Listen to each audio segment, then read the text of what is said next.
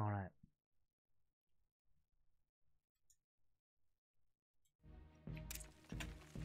Welcome back to some competitive 2 versus 2 from the $1,000 Ariel Cup put on by Basetrade TV.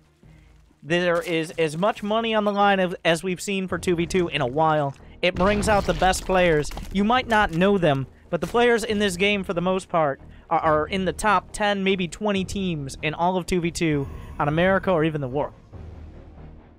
So, let me introduce you to the team to the north. Let me use the team colors for a second. Why are my team colors not working? I can't do that. Apparently I can't do that.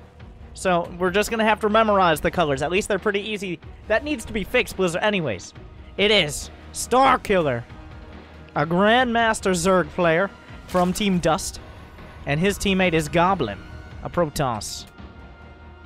On the opposite side, the southern team, we got a Terran, PracticeX, probably the best team game player in America. He holds #1 on 3v3, 4v4, and he's usually near the top in 2v2 and Grandmaster in 1v1. And his teammate, it's none other than Larry, a Protoss. So not ZVP. Zerg Protoss and Terran Protoss have very different dynamics in 2v2. It's very map dependent, because all the units are the same as they are. The restrictions are the same as in 1v1, but there are a few key points. One, after a certain point in the game, not super early, about 3 or 4 minutes in, you can transfer resources to another. This allows you, if your teammate wants to expand a little bit quicker, or they want to get their tech a little bit quicker, or make more mutas, or more phoenixes, then you can send resources and allow them to get that tech. Now, it's very hard to actually see it, because the observer overlay isn't well set up for that. But if you watch closely enough and you're watching the resources of the players, you can tell if resources have been transferred from one side to another. And that's a pretty common tactic, especially early, to get an advantage. Now, so far, we're on Overgrown Facility, which is a relatively defensive map. If you're able to cover all the angles, the only place you can attack on the ground is right through the front, and then you have to split off up these ramps. So the players' bases are somewhat close together. They're not connected, but it can be defensive. At the same time, there are options to be aggressive. There are rocks you can take down to get into this side player's base. Ooh, a little bit greedy here was Goblin. The first Reaper's going to get in. Hasn't picked up any kills yet, but it looks like, oh, not quite. A missed target there. He will... Oh, PracticeX. A bit of missed micro. Goblin actually looks like he will hold with no probe losses, which is kind of surprising. But the Stalker comes out. The Zerglings will come in, but the wall is not there. The Shades will come through. The shield battery won't save you if those are targeted down. Larry, he's in the mineral line. The probes will do what the Reapers couldn't and kill a bunch of these probes. 3, 4 so far. They will be driven away, but the Reapers come back in the other side. These probes getting hit from 2 angles as Goblin and Starkiller try to hold on. The shield battery putting in a lot of work there, but it doesn't have enough charge to keep those probes alive forever. The Lings will be chasing down the Adepts and will successfully take them out. All that's left is PracticeX pressuring Goblin here. There is an expansion at the back. Neither side of the southern team are Terran Protoss. And since these are the more recognizable players that I will remember better, I don't mean to say either player is more important than the others, but I'm going to refer to them as Team PracticeX and Team Starkiller, because I know for sure those are top-tier players that I've played before on the ladder, so it'll be easier for me. But they didn't really get that much damage done. Team Starkiller was able to hold pretty well. They both have expansions. So despite a little bit of early pressure, a little bit of early harass, it delayed the tech, but it didn't really hurt the economy very badly. Now, I take that back a little bit as the Oracle comes in. It is driven out, though. Finds a few more drones. The Queen's not quite in position. There's not the creep spread or the spores. The Reapers will sweep by it. The Lings have abandoned the base. There are 3, 4 Stalkers and some shield battery energy. He's going to be able to catch some of the Reapers, but there are walls on either side. Unfortunately for PracticeX here, this tech lab is vulnerable. A single Reaper won't be enough to shut this down, and that reactor cannot be repaired while it is building. The Reapers are on the way back on the defense.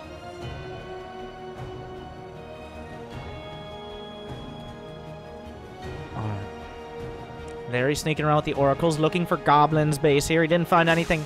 Once you have a few Queens and a couple Spores, that damage is going to get shut down. Stalkers not as effective at repelling the Oracles before they kill any workers. But Larry taking a lot of damage. One more hit would have finished it. The Reapers are able to come in. He's drawn a couple of the Stalkers out of position, which means that shield battery not going to be able to protect these probes against this many Reapers. The count right now is at 11. Not even the Stalkers are safe if he chooses to engage. A lot of... Well, they do have their speed done. All right, I take it back. The Oracle coming up to support. Maybe not in the most ideal position. The Ling's looking for a wraparound. PracticeX trying to escape desperately. A lot of the Reapers are caught. The nades will try to let them escape, but unfortunately half of them, much more than half, I take that back, only 3 survive. Now this did drag all the units out of position. Larry has Oracles that are bruised, but they're not dead, which means they can kill the probes. The Stalkers come back to defend. Looks like one Oracle will fall. The other 2 will get away with their shields and a little bit of hull intact. Now it's up in all team PracticeX. Larry contributing the damage with the Oracles, PracticeX with those ever-annoying Reapers. The Zerglings are finally going to counterattack here. There's no lair yet on the way for Starkiller, but he does have 47 drones in the first third base. I take it back. Well, the first third base we're going to see. Larry quickly going to follow that up. He knows that there's no way those Zerglings can threaten. They can't come up the ramp, either ramp. And they can't really go through the rocks without being scouted. By the time those rocks go down, they will be prepared. And he can't get supported by Goblin because Goblin is tied up at home. He has to deal with these Oracles. Larry bringing them in. Can't take too many hits. Those Stalkers hit so hard. The creep spread does begin. The creep spread only going to benefit our single Zerg player in the match. I got to say, I appreciate how all races are represented. That's going to make for a very interesting dynamic as time goes on. The most dynamic late game you can really have. With every unit potentially on the table. PracticeX has transitioned into bio with tanks on the ground. Larry has opted for not going fully into Sky Toss, interestingly, but instead a more brute force, immortal-based composition. Now, Starkiller had an Overlord just kind of hanging out here. He scouted the Robo. He sees the Twilight. He sees the Stargate is not continuing to build units. So this means we're not going for that Sky Toss Turtle to Carrier. This is a fighting army here out of PracticeX and Larry. They want to get out on the map, and they want to start pushing before maybe Starkiller gets to a high for the later game. Before Goblin is really able to recover. He's been kind of pressured throughout this match.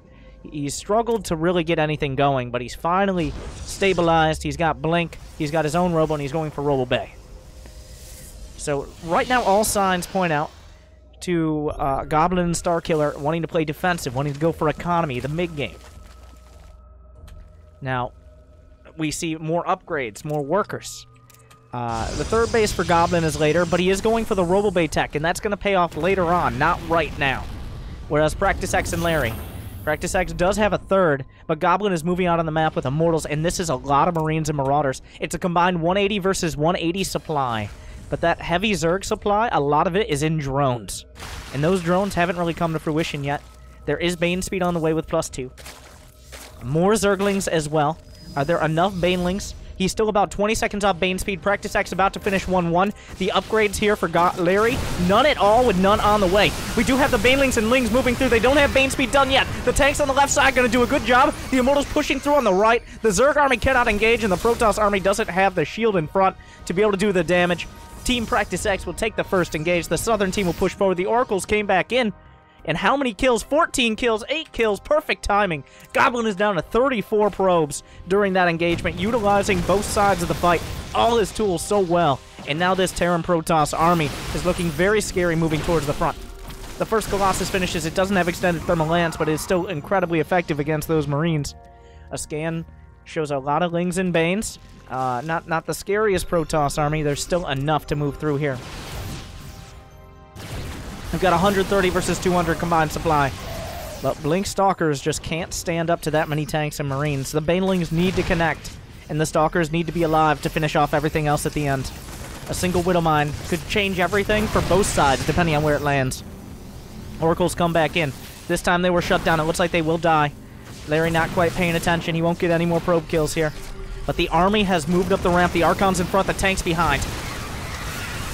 The Lings and Banes, he is on creep. There are 2 Colossi now. Extended thermal lance is done, +2 seconds away. The Banelings roll through the front. They get past the Archons, onto the Marines. The tanks holding strong for now. A Liberator comes up, but a lot of Stalkers and Colossi moving through. It looks like Team Starkiller is going to defend. with flying colors. The Lings and Babes did everything they needed. The Stalkers held till the last possible second. And now they will take a convincing victory and be able to counter back across the map. Larry is down to 200 total army value. He was down to 61 supply. PracticeX has tucked his tail into full retreat. He doesn't have 2-2 on the way. The upgrades for both Protoss players are not, they don't exist. They're not here. But their units, well, Goblin still has 2 Colossi and a lot of Stalkers moving forward. Starkiller behind him with Lings and Banes. This third base is in jeopardy.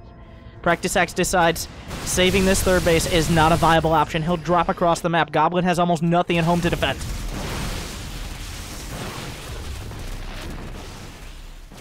Alright, Larry, he's going to warp in. This is looking to be a double base trade. No, there's a retreat. Goblin can still recall. He'll bring his army back. PracticeX should see this.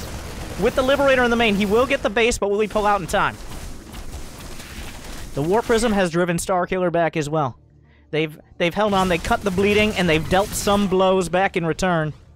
It looks like one medevac escaped after the blinks. The third base went down for Goblin, but the third base was easily cleared up from Larry here. Alright, Starkiller has a gold. He's got the economy, but Goblin is not looking so great. Only 36 probes, Larry, not that much better. He lost his 1-1. He lost the forges at the third. So both these Protoss armies are relying on the power of their units rather than their overall strength. I know that sounded dumb, but you kind of got the idea, I hope.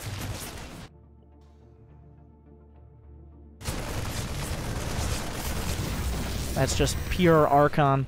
A complete meat shield to deal with the Lings and Banes. So maybe the Marine...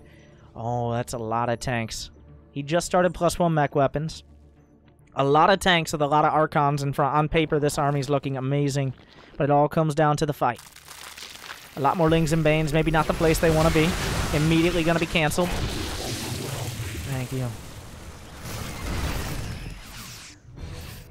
A warp in at the back. His gold base will be cut off here. There's no way to engage these tanks. He needs a good angle, a great angle, an incredible angle. And he just doesn't have the right one. Starkiller coming around with all his Lings and Banes. He's at 123 supply, but over 117 Zerglings. This army getting into a little bit of an awkward position. PracticeX with all his Marines in the medevacs overhead, not here in the fight. The Banelings not able to get the connections they want, but they'll be able to get good enough as most of the tanks go down. The Archons are abandoned, which means Team Starkiller is going to be able to defend for now. The drop's going in, but maybe abandoning the army wasn't the greatest idea. Once again, Team Starkiller defends. Goblin with all those Colossi and the Stalkers in the front, able to burn through while the Lings and Banes cleared out the front line. But let's look at the supplies. It's 190 combined to 190 combined, with our Zerg and Protoss on either side trading that supply gap. The War Prism comes in. Goblin still at only 40 probes. Starkiller at only 46 drones. PracticeX, the only one sitting pretty at 63 SCVs. An Observer is scanned out. That is too many tanks for just Stalkers and Colossi to engage. Lings will defend, but PracticeX cuts into Starkiller's Nat, or I guess you could call it his main now that the Lair's here. 18 drones are now vulnerable. There are no units here to defend. Lings are not going to cut it. He's just going to decide to pick up and get out. Try to dodge the retreating Lings. Team PracticeX with a Warp Prism and a drop in the back. Our Norther team scrambling to defend. The Warp Prism coming in. This is not an angle he can engage without the Colossi, without the Stalkers. Larry has committed a lot of his reinforcements to the back. The Zerglings have 2-2 upgrades, but the Marines and the Medevacs, well, the Marines do as well. Remember, the Medevacs can heal Zealots because they're biological units. Stalkers moving into the main, getting on top of Larry's army before PracticeX has a chance to reposition. He may be able to gut the entire main base simultaneously. These tanks can't really come up the ramp. He can kill the Nexus and all the probes and then recall out if he's quick enough. Starkiller has expanded to the gold. It's all PracticeX all the time now. As right now, Larry doesn't really have the resources to do anything. Everything he has is on the other side of the map. So Goblin has to decide, when does he try to cut his losses and defend? There's another Colossi here. Starkiller has brought in some Lings and Banes. Obviously not the best choice against the Archons. The Templar Archives will be targeted down. PracticeX will use this opportunity to get up the ramp. We don't see the recall yet, but almost all the probes are going to be taken out. 13, 5, 3, 2, 1, 0. We don't quite see it. Will he be left with 1? 0 probes. He can't rebuild. This is all he has. He can't rebuild. The recall out, but he got the last probe. And at this point, is it even worth trying to rebuild? He should, and he has sent his resources to PracticeX. All he has is an Archon drop. He has not rebuilt his base and is being revealed. It's now a 2 versus 1. But it's 156 supply of Terran with good upgrades against 105 and 121, and a lot of that is in workers. So right now, PracticeX might have an army that can compete.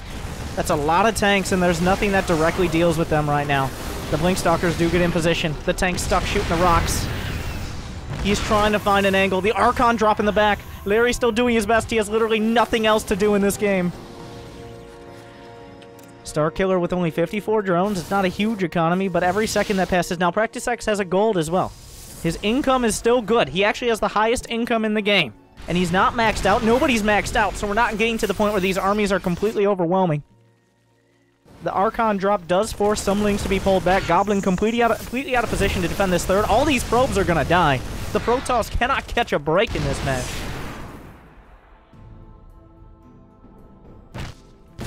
Oh, God.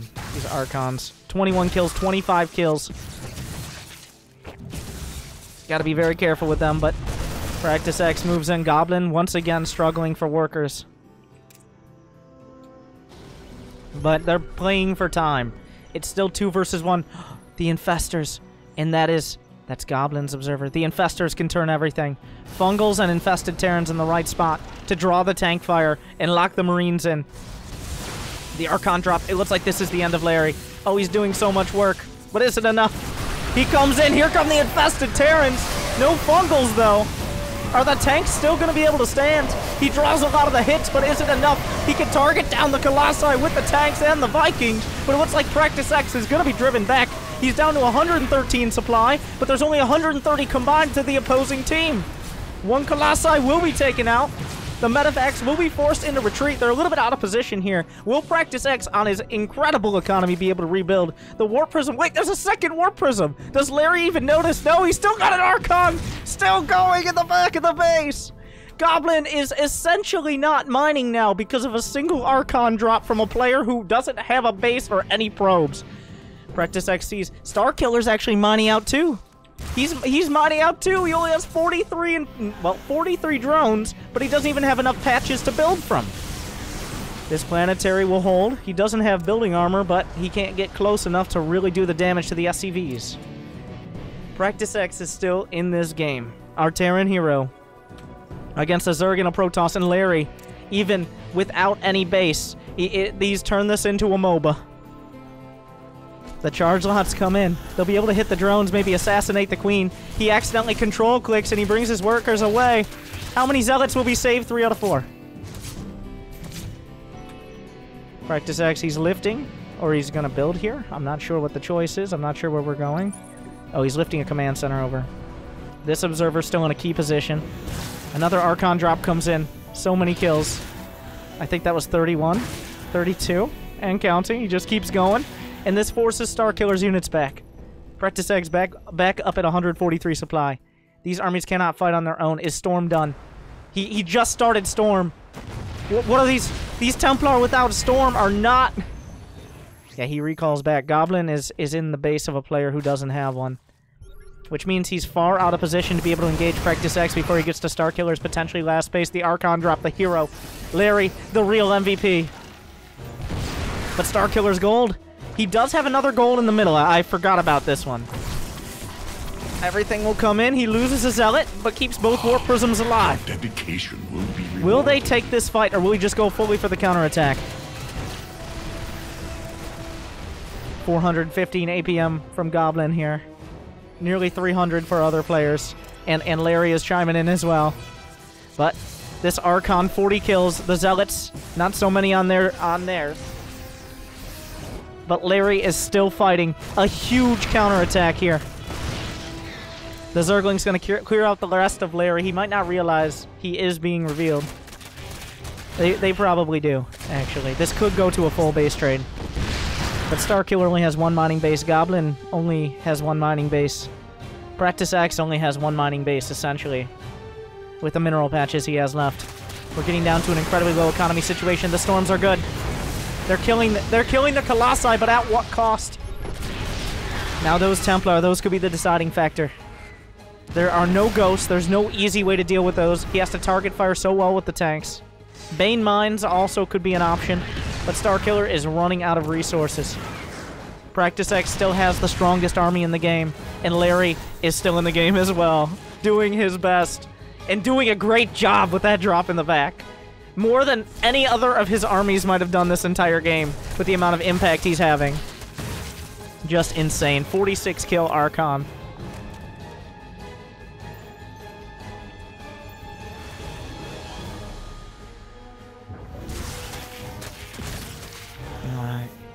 PracticeX with another army. There are Zerglings in the way, but he has built up enough that those Zerglings shouldn't be a defining factor.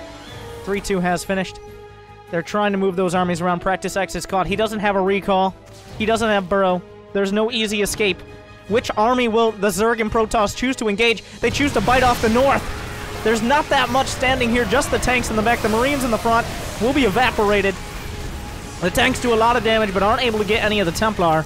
The Archon drop in the back still doing its best. A Marine run by, gonna find a new one of Starkiller's bases. Might move on to Goblin in just a moment. So they've taken this back, but PracticeX still at 127 supply. They're still trying to play for time, but the hatch goes down. At the same time, the lair is about to fall. Larry with a 51 kill Archon. About to put a lair on his list of kills.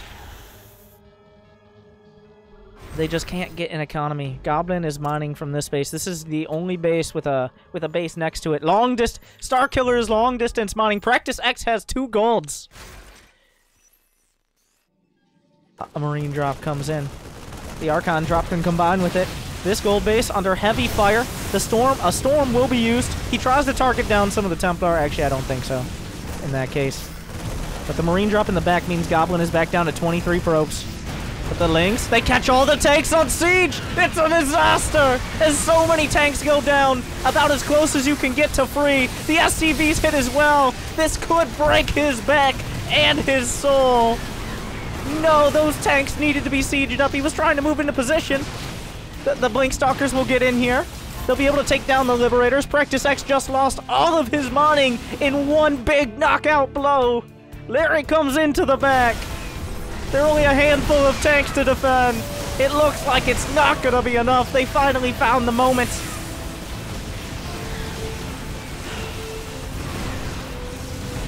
Larry tried his best. PracticeX held on, but it only took one mistake.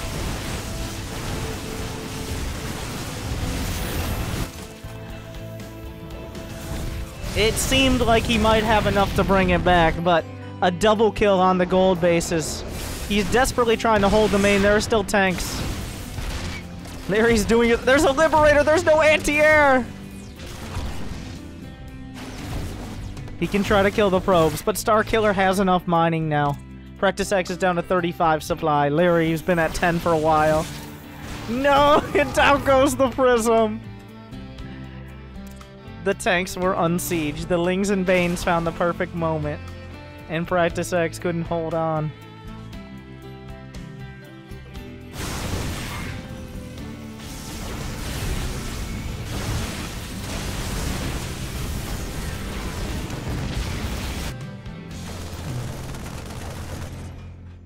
It's over. Now, what looked like a potential victory, even after being down a player, has turned. It was still not guaranteed either way. PracticeX was mining fully off of 2 golds, and then suddenly he just wasn't. Just as suddenly, the entire army evaporated. 36 supply. Against back to over 100. GG! Larry taps out. PracticeX taps out. Larry and Starkiller will take it in one of the closest 2v2 games I've ever seen. was a pretty good game. They tried. They had everything, but they ended with nothing. Yeah, the observer interface, it's hard to keep up because you can't really... The observer interface is not very well designed for